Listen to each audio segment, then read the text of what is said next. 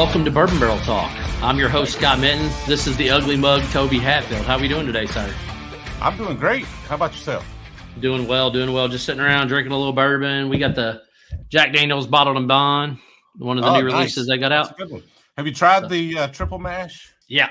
Yeah, the triple mash has a little bit more heat, certainly a lot of flavor. So out of the two, I actually like the triple mash a little bit better. Yeah, I think that's a slightly better bottle. We blinded a couple of weeks ago the Sinatra Select, the 10-year, the triple mash, and the bonded. Mm-hmm. And between my wife and myself, it was splitting hairs between the 10-year and the triple mash as to which ones I liked best. She liked the triple mash by far. Gotcha. So, yeah.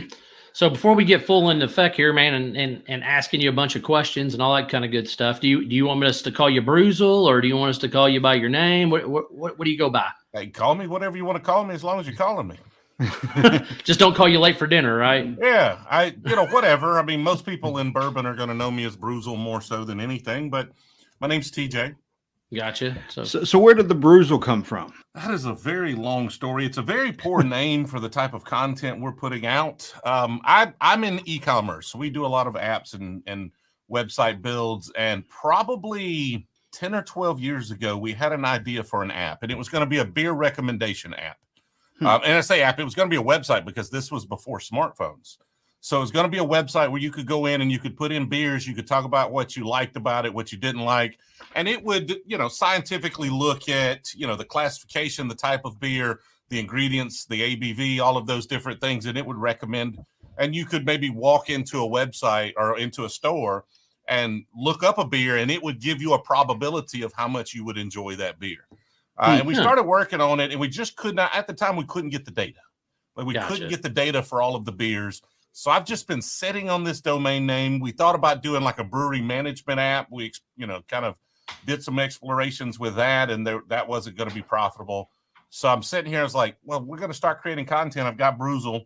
Let's go with that. I thought we would be doing beer and barbecue and bourbon, but the bourbon stuff's taken off. So I'm just maybe the weird guy talking about bourbon with a beer name. Yeah, I'm the one who I think between the both of us saw you on TikTok first, and I went ahead and let him know. I've been on several of your lives and very entertaining and pretty good content. We started this Bourbon Barrel Talk a few years ago before COVID and all this mess. Just thinking, well, let's start a podcast. Let's talk about it. Let's interview some distilleries. And so we've been able to really have a good time of going in and speaking with folks from Peerless and Rabbit Hole or Starlight Distillery and all the different local ones around here. A lot of them in Indiana as well. But we're still a little bit low budget compared to your nice Brewzle sign and your background and everything you got going on there. That's just a TV, by the way. It's not that expensive. It's just a TV. You can stick a USB stick in the back. I can change the logos out. One of the things working to my advantage, and I started out with live streaming. It wasn't really podcasting. It was more live streaming. But I own a business in the e-commerce space. And so we create a lot of content around that. And that's what funded all of the fancy equipment and the sets and the backdrops. It just so happens that I'm into bourbon. We did a lot of just drinking and creating that content. So a lot of my sets and things are all bourbon themed anyway. So they just kind of work for Brewzle as well. Gotcha. When I've been on several of your lives and you go a little bit longer than some of the folks that I've seen in the past where you certainly enjoy yourself. One of the things I think it's kind of entertaining is watching from the beginning to the end on you having to answer the same question about 17, 30, 40, 50 times of the exact same question. And I giggle because every time it comes up and you have to answer that question, you do a great job of not getting pissed off at anybody who's asking that question. But I can only imagine when they ask you what's your favorite daily drinker and you have to talk and you talk about OWA. I mean, how many times is that the most frustrating part of going through some of these lives? Yeah, it gets a little old. I'm having to dial the lives back. We have overdone it a little bit because I am drinking the whole 4 hours. And sometimes I'm an Olympic quality drinker, but it can still get out of hand, right? Like I can hold my own, but we're dialing those back some. But yeah, on TikTok, especially, I say no one, we do have some really diehard regulars that stick around for the long haul, but a lot of people just come and go, right? They're there. I'll have to look at our stats to see what the average view duration is, but it's minutes, and we're streaming sometimes for 2, 3, 4 hours. And so I get it. They just come in. I'm happy they're there. So I try not to get frustrated with the questions. I try to give them answers, but at the same time, what it really sucks about it is I don't want to make it a bad show for the people that are sticking around and have to hear me answer that question 3 or 4 times. And I really wish that, and I'm going to push TikTok for this, but I wish TikTok would give me RTMP streaming so that I could use this rig with this setup. And I've got a whole streaming rig over here. I could set up canned answers to all of those. And every time somebody brings it up, I could just flash it up on the screen and I could just keep talking. I could show their questions, show the answer, and I just keep talking about something else. So I'll eventually get there. But for now, it's just, I don't mind answering, but I don't want to just make it boring for everybody who's been around for 3 hours. No, I totally get that. You know, it seems like listeners are always emailing the show or DMing us on Facebook or Instagram, and it's the same thing. You know, what's your favorite one? What's this? What's that? And honestly, some of the things have changed over the years. You know, especially the last couple of years. The more we've been drinking, I got a little log at home that I write down stuff when I try things, and I've been on multiple barrel picks with different groups and things like that. So I probably drank over 1,000 bourbons in the last year. So nice. You know, now granted, it might be 15 different peerlesses when we went on a barrel pick there, or 20 different Starlights, things like that. But I mean, geez, like I've tasted a lot of great stuff. It changes every day, I feel like. So, and your palate also changes when you go on these picks and then they start pulling barrels and when you get to know some of these folks at the distillery, it's a little bit different than a normal barrel pick, because Scott and I both have been to places where they were like, they just start drilling into barrels. They're like, oh, let's go try this. This one's over here. There's something back here that we want you to try. Oh, Scott, I bet you'll like this one. Hey, come on. Like, we're running all over a rick house, man. And hell of a good time, but and you can't remember everything that you've had. But what's funny is we go back and we're like, man, what was that third barrel that was up there that he drilled that it tasted kind of like applesauce or whatever, and you're trying to remember, but by the end of the pick, you're so loopy because you spent 3 hours going ahead and drilling into any barrels. Have you gotten to do any of those barrel picks with any of the groups or anything like that? I have not. I really want to. I think at this point, I probably have enough folks that watch the live streams or the content to be able to sell out a barrel pick if we really wanted to do one. But I'm in the state of Alabama, so I don't know the laws around that. I got to kind of figure that out and put some time into it. But so most of ours are done through like groups or through the podcast, things like that. So we do it that way. But I will tell you, Sillbox is really, really good to use. Okay. You can set up something with them, and the good thing is they'll collect payment. They'll do everything. All you got to do is just basically provide the barrels and run it that way. But there's lots of different outlets out there that'll let you do that. We have enough with the Louisville market. I mean, just being so massive with bourbon lovers that, I mean, we'll do meetups where, I meet 35 people in a parking lot and a barrel. You feel like a drug dealer out there and bottles of bourbon. And like you said, you have enough people listening. You could probably sell out a pick with no problem. I mean, it took us a while to get the audience that we have now, because that it's just being an audio only. Right. We've thought about doing a lot of the live streaming and more of the YouTubes and things like that. We just haven't gotten there because timing and we're not the prettiest to look at. So I always said I got a face for radio. Well, no, not everybody can be as good looking as I am. I get it, man. So one of the things that he asked me, and I'm like, I don't know. And I was going to ask you, do you make money on the TikToks? I mean, with the lives and doing that, or is that just more for fun? Not yet. We will. That's the plan. Now TikTok itself, I have a business account and I don't know, these are completely unconfirmed things, but I tend to get in less trouble about alcohol content than personal accounts do. So we don't get hammered as much. Our content doesn't get as suppressed as much being a business account, but also means we can't be in the creator fund. So we're not getting revenue off of views. Regardless, even if I could, like, that's not worth it to me, because you've got to get 1 billion views to make anything. And we do millions of views on some of our videos, but that would still be $20 or something, right? It's not a lot. So it's not worth the hassle there. Now, you could get sponsorships. We could probably start doing some things like that if we really wanted to monetize it. We do have a t-shirt shop that we're going to start promoting here pretty soon. We've got some really cool bourbon themed merchandise at Brewzle.com. And then we're moving to other platforms where I think we could monetize it a little better as well, because there is that concern. Is TikTok itself going to be suppressed in the US, or are they going to hammer down on alcoholic content? Because they are already a little bit. So we're moving to YouTube. We're moving to Instagram. We're having good success. We've been working on that about a week, just repurposing TikToks over there as reels and shorts. And I think we're up to probably about 100 subscribers or followers on each platform after a week of just repurposing content. So I think once we get to actually producing content for those platforms, it'll go a lot smoother, and we could see similar growth to what we've seen on TikTok. Yeah, and the Brewzle logo that I see behind with the beer, barbecue, and mostly bourbon, I mean, that'd be a great t-shirt, great hats like you got on. I mean, that's we started to do some of that, but it just never really took off like we wanted to, because I think that ours would just be talking about a podcast. Well, let me show you. I'm going to grab a shirt. I know this is audio only. I've got a shirt right over here. I'm going to show you an idea. We can kind of talk about what it is. If you want to talk about merch a little bit. Sure, absolutely. I just got to set my headset down because these are wired in. No worries. So I have. Now we are go live on our Facebook account, so no, didn't want to give you any misleading there. Hello, Facebook. So if you're just putting a logo on a t-shirt, then the only people who are going to want to wear this hat with the Brewzle logo are people who watch the content. Otherwise, it makes no sense.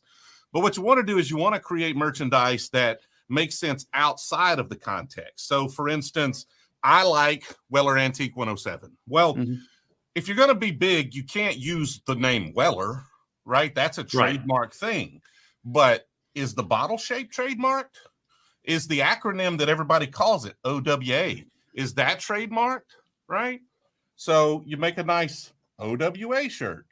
There you go. Right? Everybody's looking for bourbon. So you do a bourbon hunter shirt with the arrows and see if I can get it straight so you can see it there, right? So it's got a bunch of arrows coming out of a bottle, and we've got a bunch of, I've probably designed about 50 shirts, and we've probably got 20 or so of them on the site. But obviously everybody's favorite Blanton's, you got the horse collector shirts there. So you do stuff that's outside of your brand, but is related to your niche. Gotcha. And that's where we're expecting to have some success. I mean, we've already sold quite a few shirts, and I don't even promote them. It's just people mention it on the live stream, and they get ordered. So I know you're a big fan of William LaRue Weller, one of your favorite pours of all time, things like that. I'm a big GTS guy, so we're both at least in the same family with being BTAC. Do you ever dive into what I call dusties, like stuff from the 2000s, 1990s, 80s, 70s, 60s, 50s, things like that? I would like to, but I don't ever see them. I don't have a ton of time to spend. That's one of the problems with this whole hobby is it just gets harder and harder for me to find bottles. I've got to get lucky. I'm getting some connections through the content and TikTok that helps. But when you start talking about finding those hard to find bottles, I just don't have access to them like I used to. Gotcha. Yeah. One thing I just poured was it's a 1977 Old Forester. Oh Lord! Now this is a German export, so this one actually went to Germany, and we were able to get it and save it and bring it back to where it's rightful country. So where do you get a bottle like that? So that came from a guy that had 5 or 6 different contacts in Europe, and he said he founded the distributor, which is actually this distributorship. The guy retired the distributorship, and he had a bunch of bottles that were sitting in a basement. And he basically bought everything the guy had because it was technically not good anymore. So he went in and basically and so he brought this one back, and I said, and I saw the box that he had posted in one of the Facebook groups that I'm in, that it was a 1977. I said, well, shit, that's the year I was born. I want one. So I DM'd the guy, and I'm like, dude, what are you selling those bottles for? And he said, honestly, he goes, I don't really want to sell them. He goes, I'd much rather trade it for something. So I traded him a Blanton's and, some store pick that we had locally to get that bottle. So. You need to send me a handshake. You said that's 100 proof? Yeah, it's 86 proof. 86 proof. I would love to blind that versus the current 86 proof I've got sitting on the shelf. Yeah, it's definitely different. Anytime you get an Old Dusty, it's got a dusty taste to it almost. It's got some, a little bit more of that earthy flavors and things like that, but it's still delicious. Still got the caramel, still got that banana, your typical Old Forester flavors and stuff like that, but it's got a little bit more earthiness to it. Now the question is, did it have more earthiness if you would have popped it open in 1977, or did it generate the earthiness from sitting around that long? That I don't know. I have no idea. Isn't that though always the question? I got a bottle of Elijah Craig. I think it was pre-fire Elijah Craig. That it was over at one of my aunts was taking care of a lady's house that passed away, and we went through her cabinet and was getting all kinds of stuff.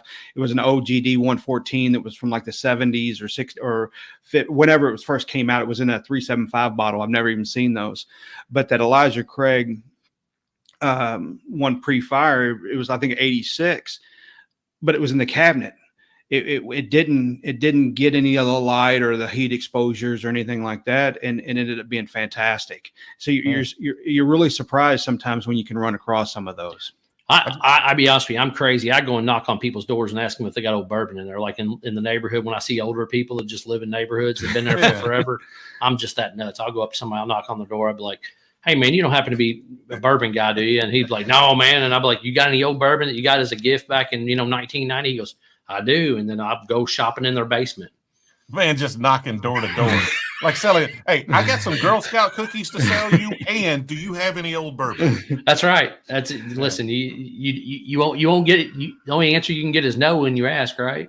I mean, it's a good policy. I just don't see myself doing it, but I do need to start going to some garage sales or estate sales or something and seeing if I could find some. Yeah. One of the things that you talked about on one of your lives is some of the bourbon that you can't get there in Alabama, which it's actually kind of shocking of some of the bottles that you've mentioned that are so readily available here. Are there things that you know of that's available in your location that we would be surprised at how easy it is for you to get? Well, I don't know. I don't know what's not available in your location, but so can you get Weller regularly? I mean, if OWA is your regular drinker, I mean, like it's like a unicorn around here almost. The state of Alabama is a control state, right? So the state runs the whole distribution. I bought a bottle of this in a gas station liquor store about a month ago for like $75, but that's not a regular thing. Most of these I get from the state-run drops. So what the state decided to do 2 years ago, it used to be great. A truck would show up, and you don't know what week it's going to show up, but the people who are regular kind of usually could guess it's like the first week of the month or the second week of the month. It would show up on a Tuesday. So I would just drive over to the liquor store at 8 or 9 o'clock in the morning. I would wait till they opened at 11, and they had a truck. I could buy one of every bottle they got. So if they got 10 allocated bottles, I could get one of each. And then there was no competition, because you didn't know if they were going to have it or when it was going to show up. So there might be 4 or 5 guys. If I showed up 2 hours early, I'm first one there. So I got a lot of good bottles that way. Well, 2 years ago, the state decided we're going to make this fair. So what we're going to do is we're going to create a website or put it on our website, and we're going to post what date and what we're going to drop. We're not going to tell quantity. Don't know why they don't tell quantity, but they're going to post, these bottles are dropping at this location on this date. And so since they've been doing that, now the problem is every month the line to get the best bottles moves about 2 hours. So when they first started doing it, they would open at 10. I could get there about 6 o'clock, and I would be top 5 in line, and I could get just about any bottle.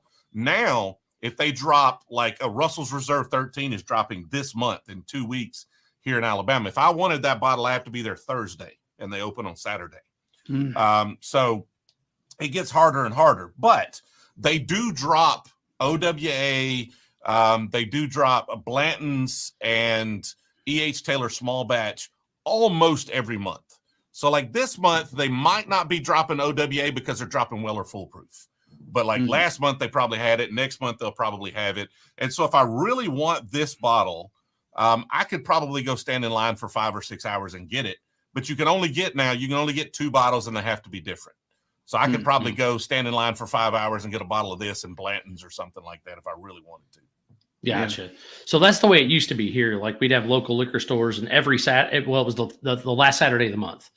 They had a drop, and you could go and get in line, and there was 30 of them in Louisville, so you could pretty much guarantee as long as you got there, by 5 or 6 in the morning, you could probably get a really good bottle of bourbon. So I that's how I stockpile a lot of my stuff.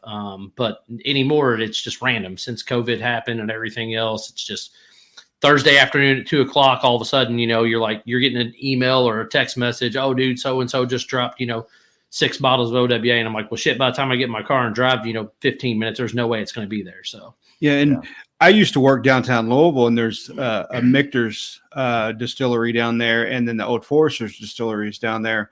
Evan Williams was right by where I was at. So we would get to know the folks at these places, and they would kind of send us call us and let us know that, hey, something's going to be here today, or when the birthday bourbon is going to be there. So, to go ahead and be there a couple days early to get in line for the birthday bourbon or Michter's 10 or whatever.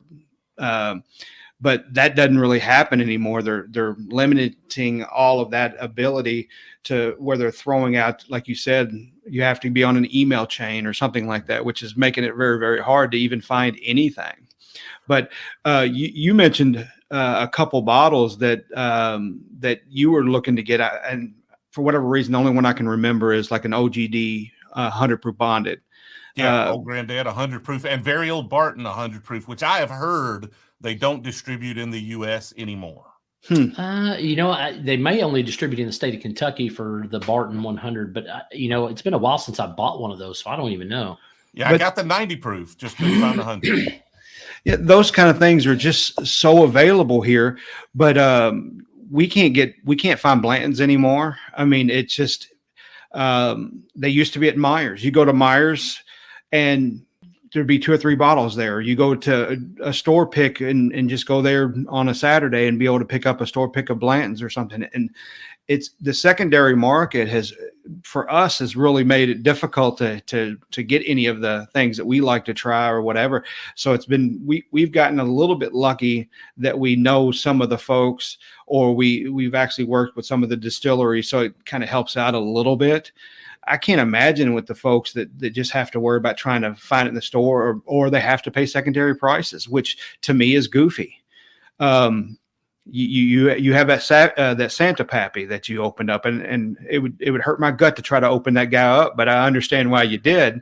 It's good content, and it's certainly something that somebody would want to listen to and watch. But it would knowing what it's worth, it would be very hard to pull that seal off of there. It's like, do I get rid of this and buy an awful lot of bourbon? I could make a nice down payment on a car. Exactly. But I have a rule, and I've set the rule. And if I go against the rule, I feel like I'm going against my principles at this point.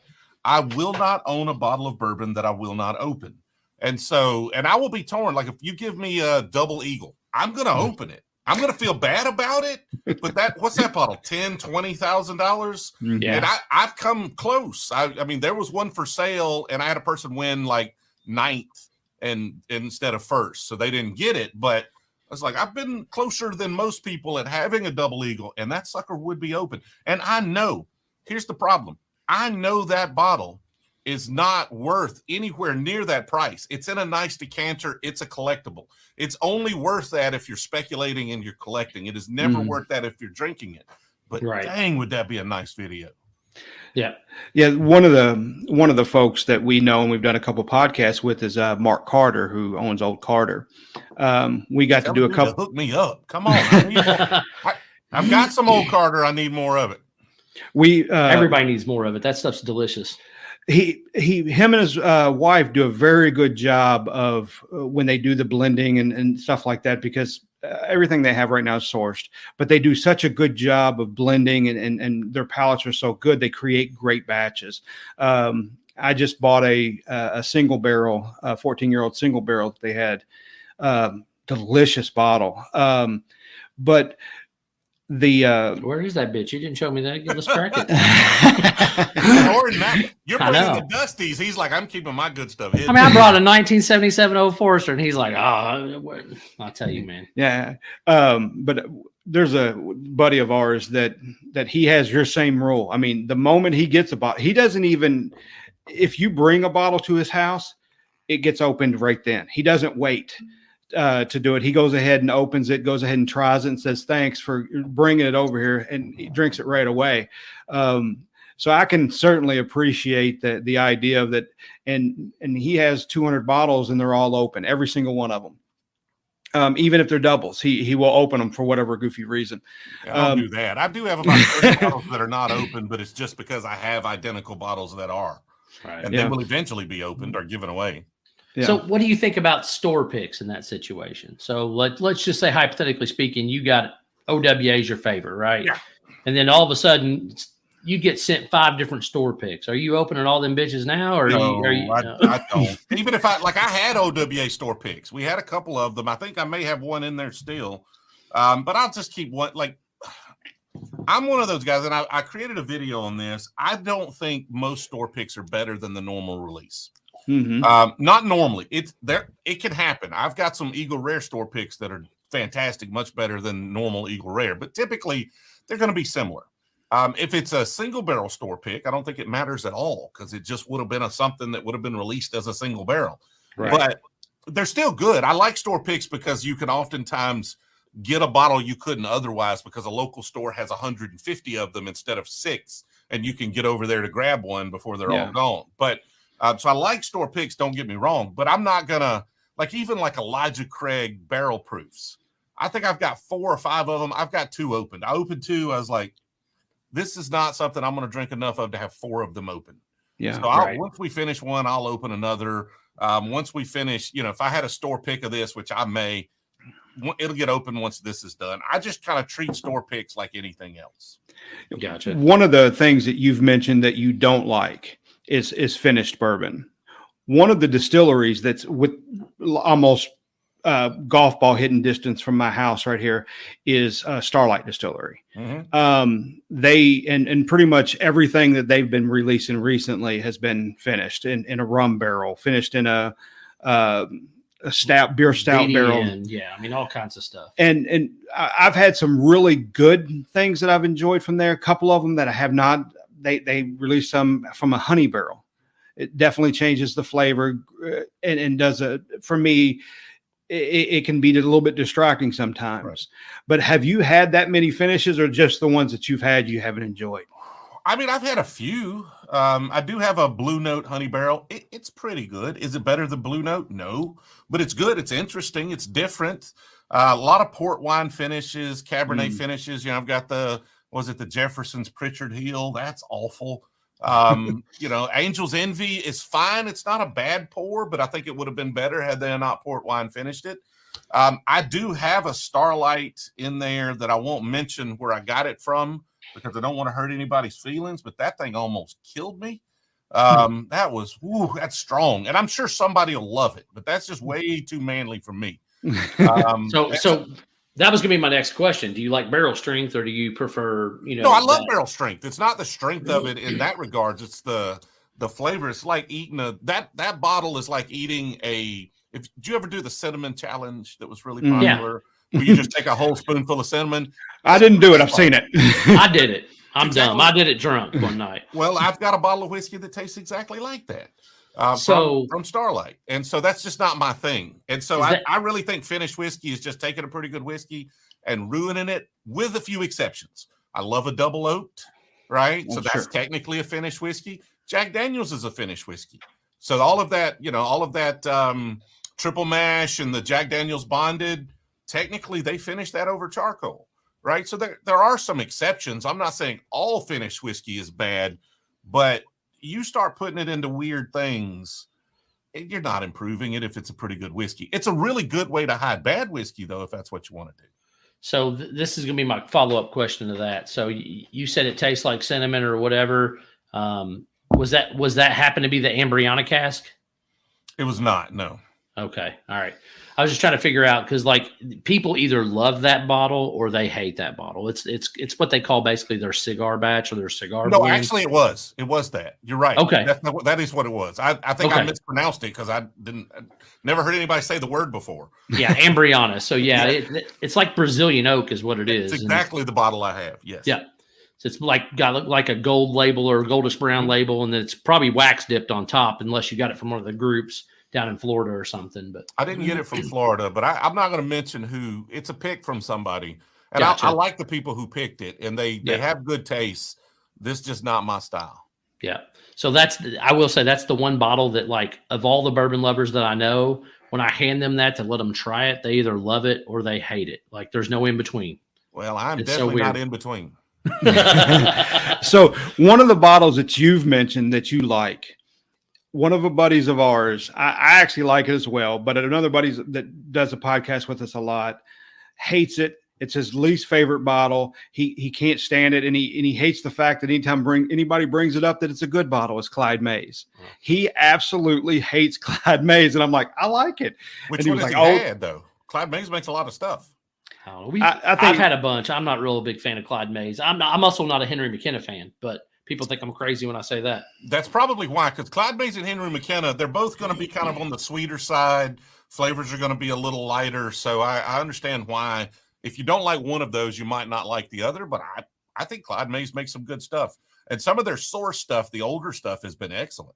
I don't know that I've had any of the sourced.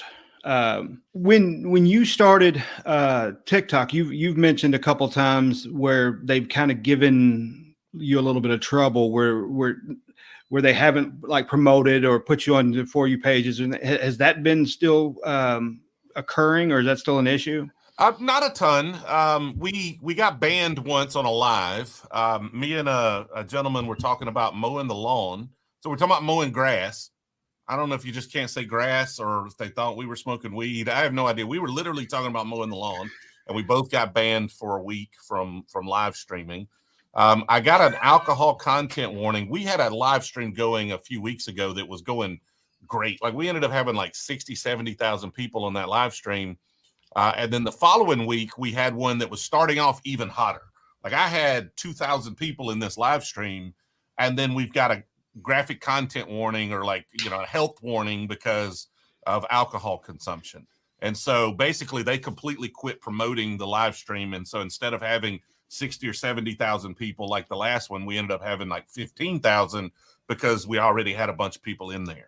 Right. So they do that. As far as the videos, I am noticing videos seemingly getting less views, but maybe I'm just not putting out as good of videos. Like, yeah, that's a thing too. That could be debated. But videos are still getting some views, not like they were. So when you look at creators, who's some of your favorites out there that don't do bourbon content? Just out of curiosity. Oof, creators that don't do bourbon content. Honestly, on TikTok, that's all I watch. If I watch anything, is bourbon content.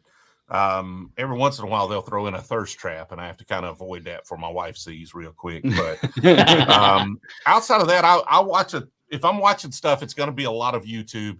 We do a lot of YouTube content for work, and so I'm watching a lot of the popular YouTubers. Ryan Trahan had an interesting series where he had to give a penny to Mr. Beast, so he did 30 videos in 30 days where he's traveling across the country. I'm always looking at folks completely outside of my genre for inspiration. I forget the woman's name. There's a woman does challenges. Her name's Michelle. She used to be a gymnast or something, and she signs up for 911 dispatcher, or she'll train like a Marine, or she'll do something like that, right? Think bigger production stuff is kind of what I'm looking at, because I would like to try to mimic that in bourbon content at some point. So those, obviously I pay attention to Mr. Beast and the super popular folks, or people that pop up in business like Graham Stephan or someone like that. So if you look at my watch history, it is a weird combination of business, challenges, popular YouTubers, and automotive stuff. See, I think I'm a weirdo because I like watching people make crap. That's fun too. Yeah, that's what gets me on Facebook. That's all Facebook serves me, is somebody got an axe that's like 100 years old and they redid it, right? Or they rebuilt a bottle jack, or they made some epoxy table or something. Those get me. Yep, that's what always gets me. That's why I'm always curious what other people watch, because it's one of those things that I ashamedly have become more addicted to that stuff than I care to admit. So when you're looking at doing bourbon content, is it going to be just strictly bourbon? Is it going to be anything that related to bourbon, cigars, anything else like that talking about different types of glasses or anything like that? Yeah, I actually have a video now where I'm looking to order some glasses to try different types. So mostly bourbon, like I said, about beer, barbecue, but mostly bourbon. I don't smoke a lot of cigars. I'll have one every once in a while, but not a lot. So I'm probably not going to talk about that a ton because it's just not something I want to do every day. Outside of that, I'll have to find an interesting way to work beer and barbecue in if I'm going to talk about them, because what I do, and again, this may be getting a little too much in the weeds for those that are creating content or those that are not content creators. When I put out a TikTok video or any video, once we start focusing on a platform, what I'm trying to do is grow the audience. So sometimes you feed the audience, sometimes you grow the audience. And a lot of these content creators, what they're doing is they're putting out a very basic video, and they're maybe doing 1, 2, 5 a day. And they get 200 views, 300 views, however many views they get, but it's usually not a lot. So all TikTok did was show that to a small circle of their followers that watch the most of their content.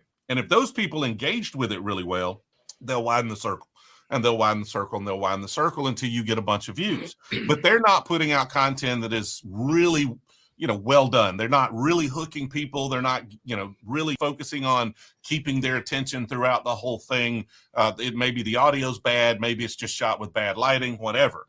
So we're trying to do it a little better than that, so that every video we put out, when it hits that first circle, first of all, because we get quite a few views, our circle's a little bigger. So even a bad video is going to get more than a couple hundred views. A bad video for us is going to get 7,000, 8,000 views. Gotcha. So it'll do 3,000 or 4,000 in the first day. And that's how I know it's bad, if it's done that. But what that does, though, is if I put out several of those in a row, that initial circle is going to get smaller that TikTok's going to show it to until I'm getting a couple of hundred. So what I want to do is, if I do a bad one, the next one, I need one that widens the circle. I need one that hits those 4,000 people. They engage, they watch most of the video, and then it broadens out. And that's how you get more followers. That's how you get to 70,000, 100,000, 200,000, is you've got to get videos that broaden the circle, that get outside of your base.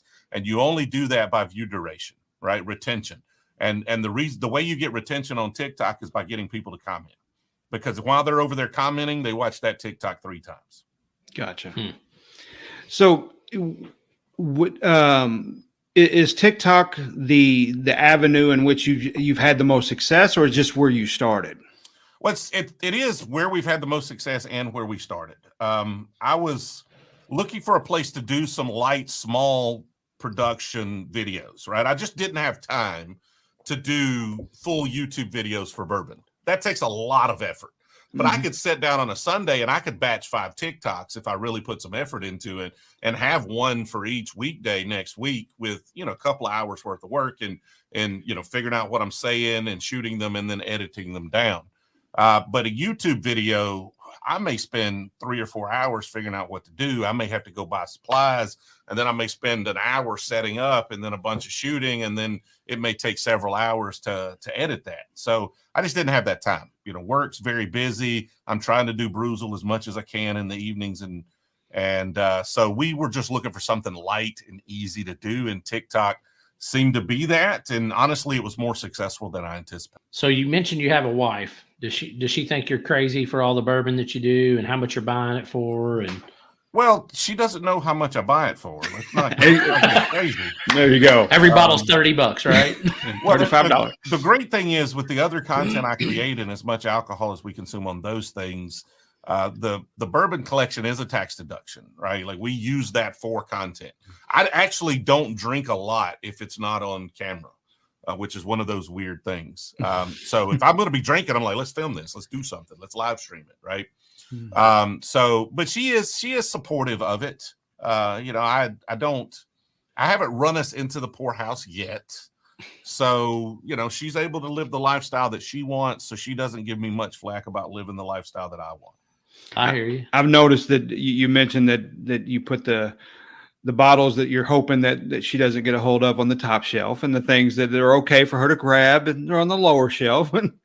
Well, she can't reach the top shelf, so that's she doesn't go for those. But I came home at the last studio. We've been rebuilding this house and these studios for a year and a half now. At the last house, I got that bottle of William LaRue, and I brought it home, and we popped it open, and I tried it, and she tried it, and we both loved it.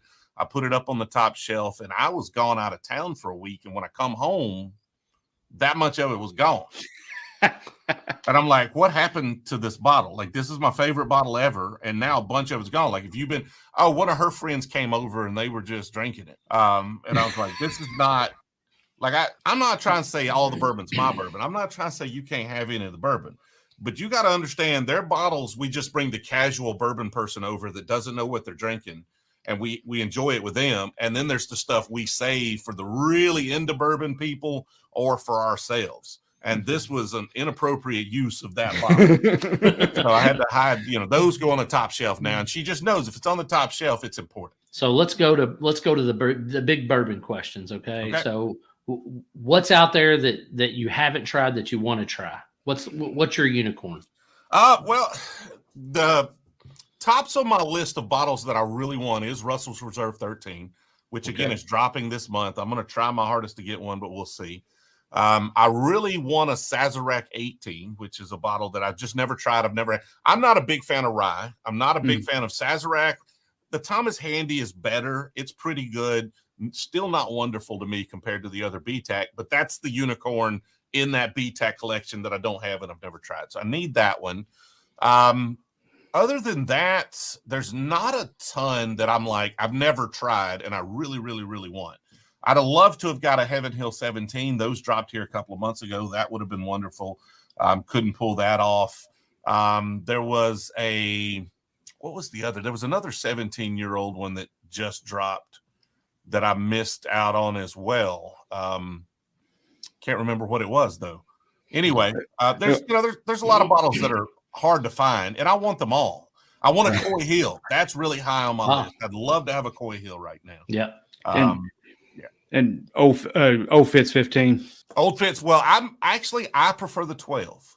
Okay. I love it, and I'll tell you, I finished these right here. We went to a bar. Me and a friend went to a bar in Scottsdale, Arizona, and we polished off this Old Fitz 15 and 13 actually, and we both thought the 13 was better. Huh. I probably wouldn't disagree with you. Some of the 15s are just not.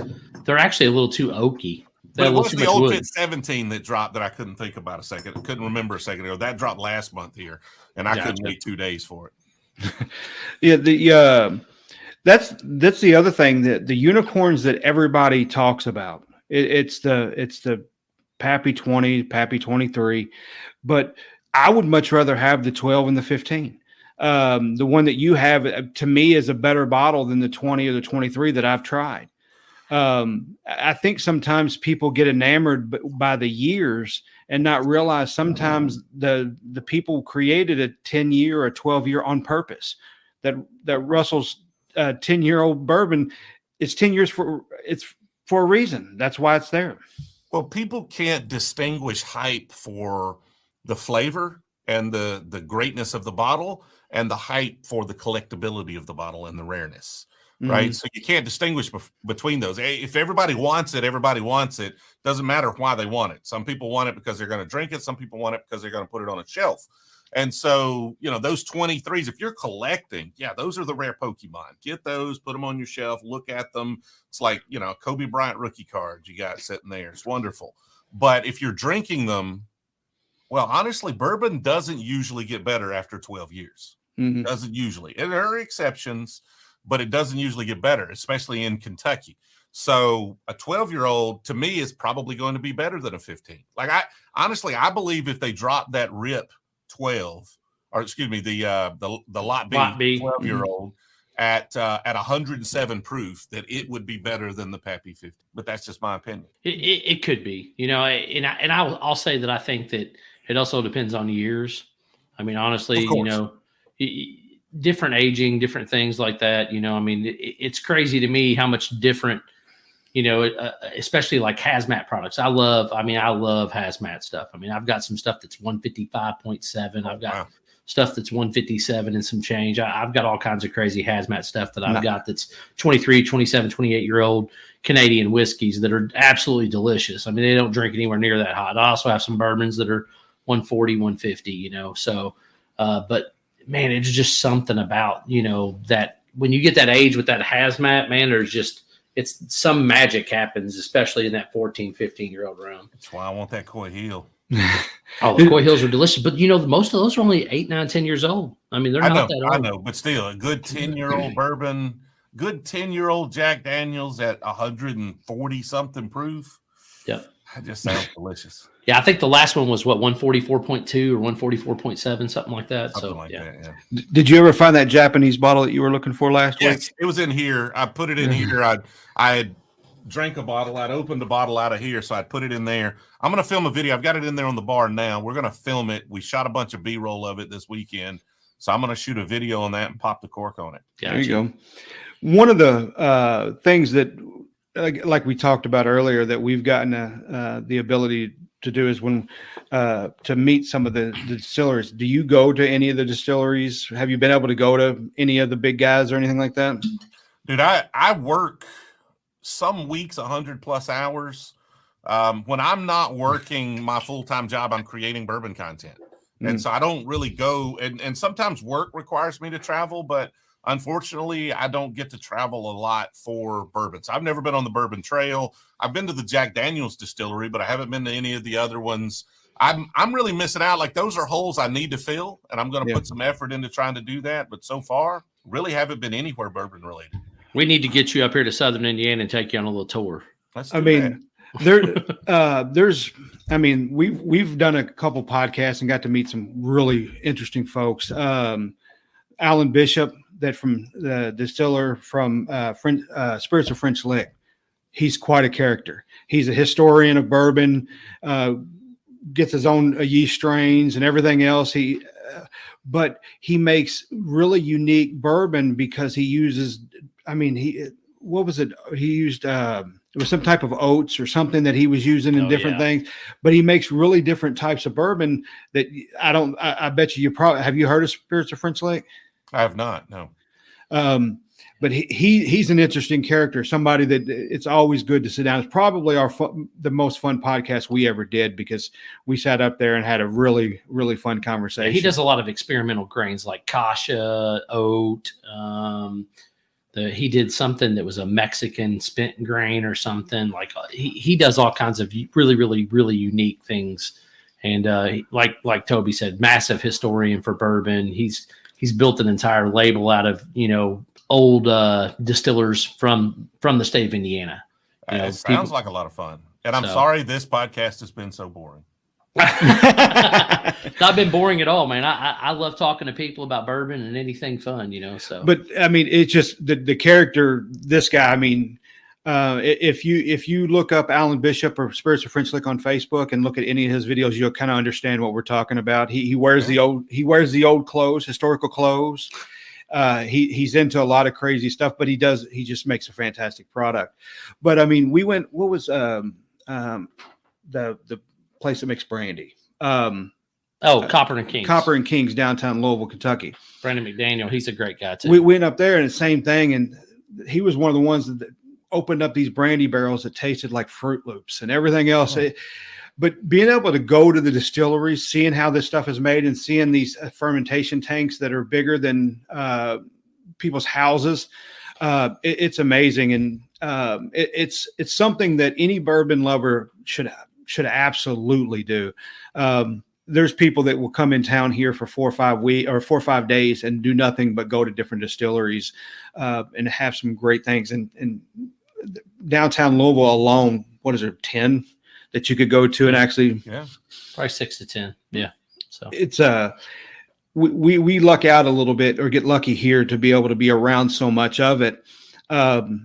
But the thing about it is everybody comes here, so there's not very many bottles available. They take up everything. Yeah, and a lot of liquor stores here, so we're not a control state. So hey, even if a liquor store does buy it, they can come out and they can, they can sell a bottle of OWA for $150 if they want, So I mean, well, it's the same here if it's not a state-run liquor store. So we've got state-run stores and we've got gas station liquor stores. That's pretty much it. There are no big chains. So like this bottle, I went into that store. They had this, may not have been this one, probably the one I've got sitting in there, but it was $75. Right. The same store the week before had special reserve for $85. Oh God. And that's the stuff that drives me crazy. Well, they had Eagle Rare for like 70, and then they had it was Eagle Rare, and then Buffalo Trace was like $55. And then I was afraid to ask, but I'm like, you got a bottle of OWA, I gotta ask. Like I have to. I'm afraid to, but I was like, what is that? They're like 75. I was like, do you have any more? Like I will take them all at that. Like I understand that's a markup, but that's a reasonable markup for this bottle. Whereas they've still got Eagle Rare and Buffalo Trace sitting over there because nobody will buy it for that here. Well, I mean, in here you can get Buffalo Trace for $25 all day long. And we go on some of these bourbon groups and they're like, oh, I got a bottle of this today for my hunters. And I'm like, you went out hunting for a bottle of Buffalo Trace that literally anywhere. One of the things about Buffalo Trace, if you ever got to the distillery, they have tours. One, that they're all free. So you don't have to pay for any of the tours there at Buffalo Trace. And if you do a tour, they have a daily select bottle. So a lot of times they'll have an OWA, this special reserve, a Blanton's Eagle Rare that you can buy at regular retail. Nice. As long as you do the tour. Yeah. That's the only way that I usually can get a bottle of OWA around here at a reasonable price without spending it at secondary $90-$100 at secondary price. It's still worth $100. Oh yeah, 100%. All right, so I'm gonna ask you the hard hitting questions here now, man. All right, I'm ready. What's I may need a drink for this? That's right. You might need a drink. And you're about to ask me a question I can't answer. Yeah. Well, you can't answer with your wife in the room. Yeah, your wife's not gonna like this. What's the most you spent on a bottle? The Santa Pappy was the most I've ever spent on a bottle, and I agreed when I bought it that I would not disclose what I paid for it. Okay, it is far below secondary. Gotcha. Far below secondary. Other than that bottle, the second most I've ever paid for a bottle of bourbon is $300. Gotcha. Okay. All right. See, I bought that. Like I said, I bought that old Carter single barrel, but it retailed for I think $350. That was what they sold it for in the retail store. I actually had a hookup, so I got it half price. That's the most I've ever spent on a bottle, which was $180. Well, I've traded for some expensive bottles. So I've traded like multiple, like my Eagle Rare 17. I traded like 10 bottles for that. So technically I probably paid more, but I didn't outlay cash. I had taken a bunch of bottles and we just traded on even secondary price. And I sent 10 ryes that I didn't care about his way. And he sent me a bottle of Eagle Rare 17 I would never see any other way. So I've done that. I want to say my old Carter was a trade, so I don't even know what it went for. Gotcha. All right, next question. When you're looking at bourbon, what do you want in your bourbon? What do I want in a bourbon? If I'm looking for ideal, I love wheaters, but there's not a ton of wheaters that are as good or better than this. So if I'm looking for a bourbon, I'm looking for 100 to 107 proof. I'm looking for 10 to 12 years old. Other than that, that's pretty much what I'm looking for. OWA is not 10 or 12 years old, is it? No, it's not. But that's like if I'm just walking up and I'm looking on a shelf, if something's bottle and bond, it's 107 proof, or it's 10 to 12 years old, I'm probably going to buy it if I've never tried it. Gotcha. What's your favorite? Other than that, it's just going to be people asking me on the live stream. Have you tried this? Have you tried this? Have you tried this? Have you tried it? Every week they come in and ask me 15 times. Have I tried it till I just finally break down and buy a bottle? Yeah. So what about your favorite brand? Is Buffalo Trace your favorite brand because they have the most wheaters, or? They do produce the most stuff that I find delicious. So that's probably tops, but that's most people, honestly. Like they get the most hype, right? So, you get Pappy's. That's fantastic. They've got the Weller stuff. That's really great. E.H. Taylor's great. Love Rock Hill Farms. I like Blanton's, but I really like Blanton's Gold, and I like Blanton's Straight from the Barrel. So, all of those are really, really good bottles. Outside of that, Old Forester makes some really good stuff. Old Forester does not put that name on anything that's bad. At least I haven't had it. So that's my thing. I'm an Old Forester guy, and then I'm probably honestly, Wild Turkey's my second favorite. Like I found so many delicious Wild Turkey products. Rare Breed 101. Like if you're just talking about regularly available, the Wild Turkey Masters Keep 17-year bottle and bond was one of my favorites. I tore that bottle up. But you don't like Elmer T. Lee. I don't dislike it. So I get hate because you can't say something's not good. If you say something's not as good as other things, people are like, oh, he's hating on it. It's not good. No, Elmer T. Lee's fine, but it's not better than a bottle of Buffalo Trace. It's not really better than a bottle of Ancient Age to me. Yeah. And so those are good. Like you asked me, Ancient Age is really good. I like that bottle, which means I like Elmer T. Lee, but I get Ancient Age for like $17 or so. And that Elmer T. Lee is going to be $300. So I just think the Elmer T. Lee is dumb. I think the hype for normal 90 proof Elmer T. Lee is insane. That's the struggle that I've always had with the idea of secondary prices on everything, is because you get a Evan Williams bottle and bond, you get a OGD bonded, you get a lot of these $18, $20, $25 bottles. To me, the difference between those and some of these higher price $70, $80, $100 bottles is not that much. And it's just, you're like, I can buy 3 or 4 of these or one of those. The difference between William LaRue Weller and Weller Antique 107 is this much. It's this much better, right? And it's like, try to explain to you though the price, how hype works into that. I had an old Impala, 63 Chevy Impala, love this car, still have it. I took it to a restoration shop, and I went into the restoration shop and I said, I want this car restored, and I need to know how much that's going to cost me. And the guy looked at it and he said, it depends. And I was like, well, what do you mean? It's like, depends on how far you want to go. To get this car 90% perfect is going to cost X dollars. And for every 2% more than that you want to go, you're going to have to add another X dollars. So 92% perfect is going to be twice as much as 90% perfect. So how far you want to go? I said by 86%. Right?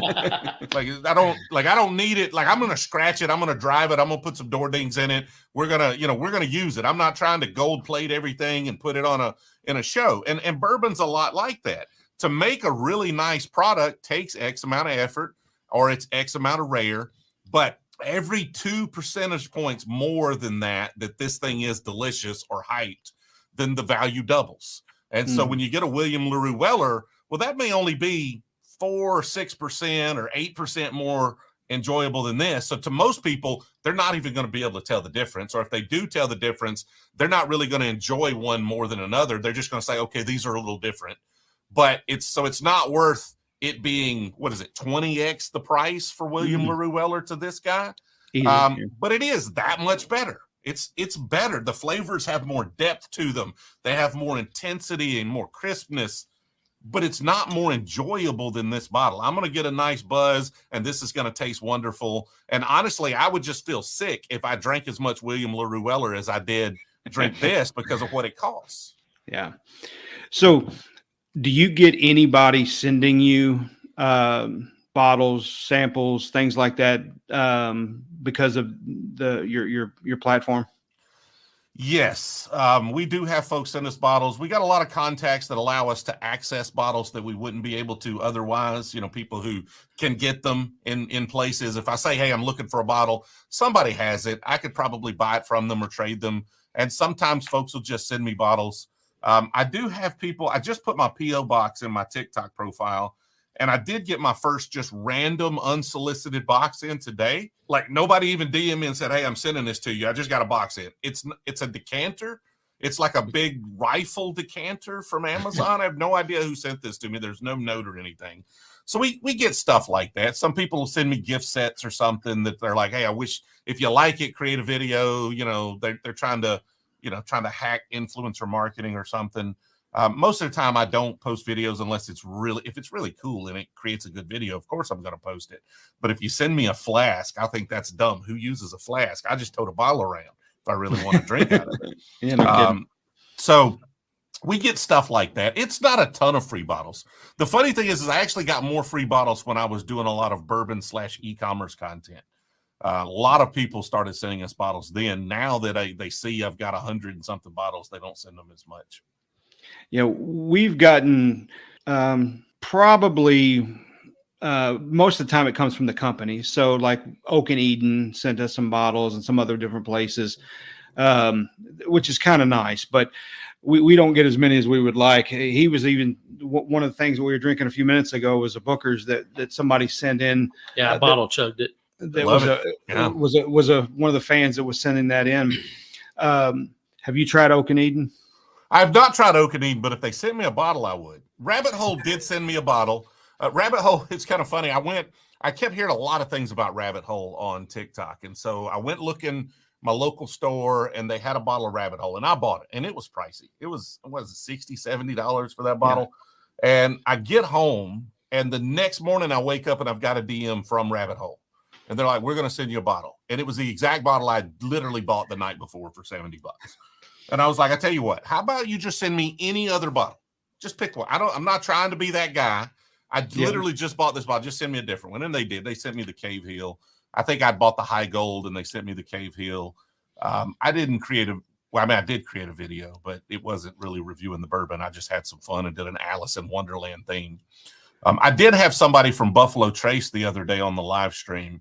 They DM'd me and they sent me, I wanted a pewter Buffalo. Like, I don't know if you've ever been to a bar, they have the pewter Buffalo Trace Buffalo napkin holder. I tried to talk my local bar a couple of years ago out of theirs and they wouldn't sell it to me. I see them on eBay and I almost pulled the trigger and now we got the bar done. I'm like, I want a pewter Buffalo. So the guy's like, hey man, love the live stream. I think I was doing a blind. That was the one where I was doing the blind with Elmer T. Lee. So I was trashing Elmer T. Lee that whole stream. It was against other Buffalo Trace products, but he's like, hey man, enjoyed the stream. I want to send you some swag. And I said, do you have a pewter Buffalo?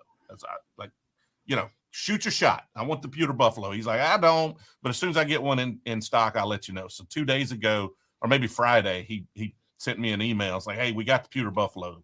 I'm sending it to you. So I'm expecting a pewter Buffalo. I'm excited about it. There you go. One of the things that when we first started this is we were kind of surprised on how much you could get just by asking, just talking to somebody and saying, hey, you want to send us a bottle to review or whatever.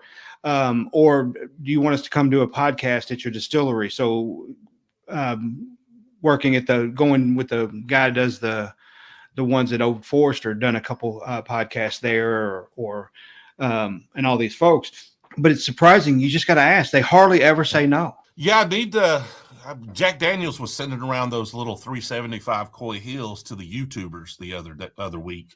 I was like, I mean, come on, man. We're drawing some.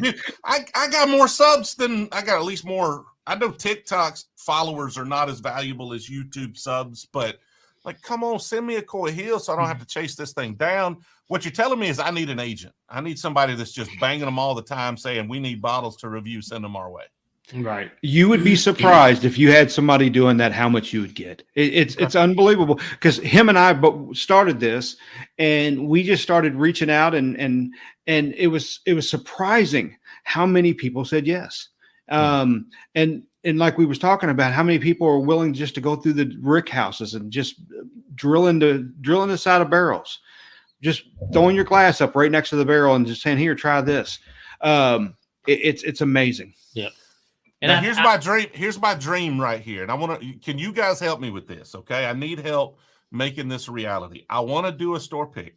Okay. But I want it to be Eagle Rare. And I want to release it at 100 proof. Like, who's got that pull? Who's got the weight? Man, I don't know anybody that's got that pull. I mean, like, I really don't. I mean, for one, those are lotteries anymore. I mean, have you ever been involved with what is it, like, I want to say it's like February 1st or something like that. They do the release where everybody and their mom is on the page and they're clicking it. It's called Single Cask Day or whatever. Or literally anybody and everybody that has a liquor license can go in there and just click the button and you have the opportunity to get whatever store pick it is. But would they let me drop it at 100 proof though? I don't even think they would. I don't think they would. I don't think they'll let you do it at 100 proof. I would sell it out in about 3.5 minutes. I would sell 10 barrels in 3.5 minutes if they would let me do that. Yeah. What is Eagle? Is Eagle Rare 90 proof? 90. I was about to say they're 90 proof. So that would probably be the sticking point. I don't know that I've ever seen other than even in single barrels. Do they release it at barrel proof?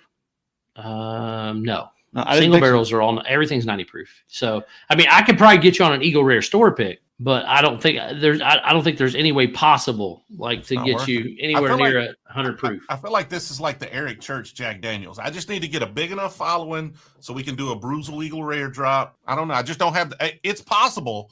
I just don't have a big enough influence yet. And Fred Minnick is the biggest name in bourbon, as far as I know. I mean, I don't know if there's anybody bigger. I don't think Fred could get that done. I'm gonna ask him. I mean, you can ask him. Do you know Fred? I don't, but I will. I know who you're talking about. I don't know him. I've been to his office, and it's amazing. And he's he's super cool. You know, he's super laid back.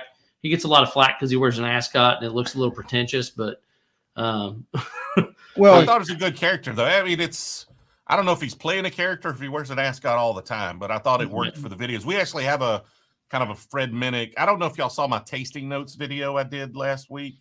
I did. I didn't. So we took the Bourbon Junkies tasting notes from Russell's Reserve 13. Okay, I did see that. You made Fruit Loops or something, yeah. So we've got 2 of those we've shot that are being edited coming out, and one of them is a tasting notes from Fred Minnick on the Jack Daniel's Triple Mash. So I'll know Fred after that. I'm sure he'll see that video. Yeah. So the only thing that I like Fred a lot, because he interviewed my favorite football player of all time. So Charles Woodson, when he started bringing out his bourbon, I've always been a big football fan, and I was surprised that he's big enough to get somebody like Charles Woodson on his whatever you call it. Listen, I'm still trying to get Jackie Zycan. He's Jackie on multiple times. What kind of views are y'all drawing on this?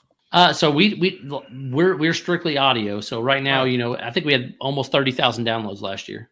Okay. So I mean, we've I don't got know a good how many following. it takes, but even on e-commerce content, we have a very small channel. I have 6,000-7,000 subs on YouTube for the e-commerce content.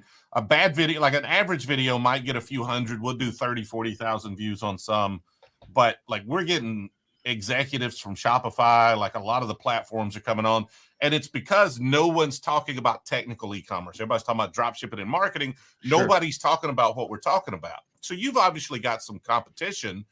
Fred's doing it, but it really doesn't take that many eyeballs or ears in your case to really have a big enough influence to get people, because how big is the bourbon audience that would consume this kind of content? And it has what we say in e-commerce is that we influence the influencers, right? So we're not necessarily having the biggest audience, but the people who listen to us have an influence. And so if you continue to build that, I don't see any reason why you couldn't have folks like that on here.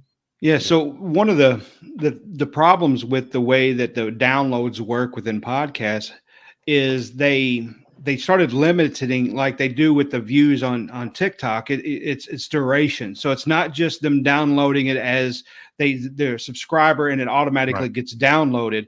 They actually have to click on it and go to, I think, 30 seconds. If you don't listen for at least 30 seconds, it doesn't count as a download. So we have a lot of folks that have the subscriptions. So our subscriptions are pretty high, but they don't ever necessarily click on every single episode.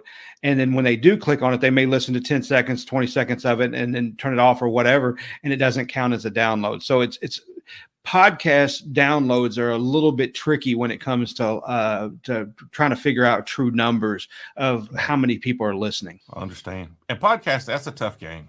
It is. I mean, everybody's doing it, and then on top of that, people podcast people are podcast people typically. So it's hard to pick up new listeners or new subscribers unless that's kind of their medium to what they like to do. So, yeah. But you're streaming on Facebook. You could drop these as YouTube videos, but my only advice to you would be topics matter. Yeah. I'm getting a lot more views on bourbon content than I ever got on e-commerce content. I spent tens of thousands of dollars. I drove 6,000 miles. I spent 8 months producing a series on YouTube of e-commerce content. And we got more views last week just repurposing TikToks onto YouTube for YouTube Shorts in a week, more than that entire series I did. So I'm not a better bourbon content creator than I am e-commerce content creator. I just have a much broader market, a much bigger potential topic. So, finding topics people are interested in, skewing these in that direction, that's how you get more listeners. That's all there is to it. Yeah, I mean, heck, we have about, 38, 39 countries that are listeners right now. Nice. We seem to have a really good following in Australia and in Ireland and a couple of other folks. But who knew? I mean, how does that happen, right? Like, I mean, how do they find us?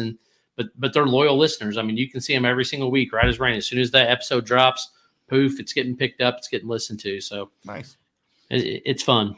So I didn't know if you had anything else, or if you wanted to go ahead and promote anything before we wrap this bad boy up. It's been a little bit over an hour, so I didn't know if you were ready to wrap it up or not.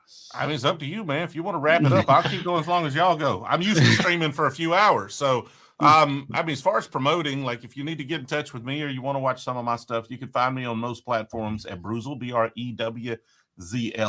We're most active on TikTok right now, but we're changing that, really pushing to Instagram, YouTube, and just fired up Twitter today. So hopefully we'll be posting stuff there. Gotcha. Awesome. I always hear Twitter is actually the way to go in some capacity because they don't edit as much, or it's a little bit more free reign there. Everything's different though. It's funny because like I dropped the Pappy video on YouTube or on TikTok and it got 2 million views.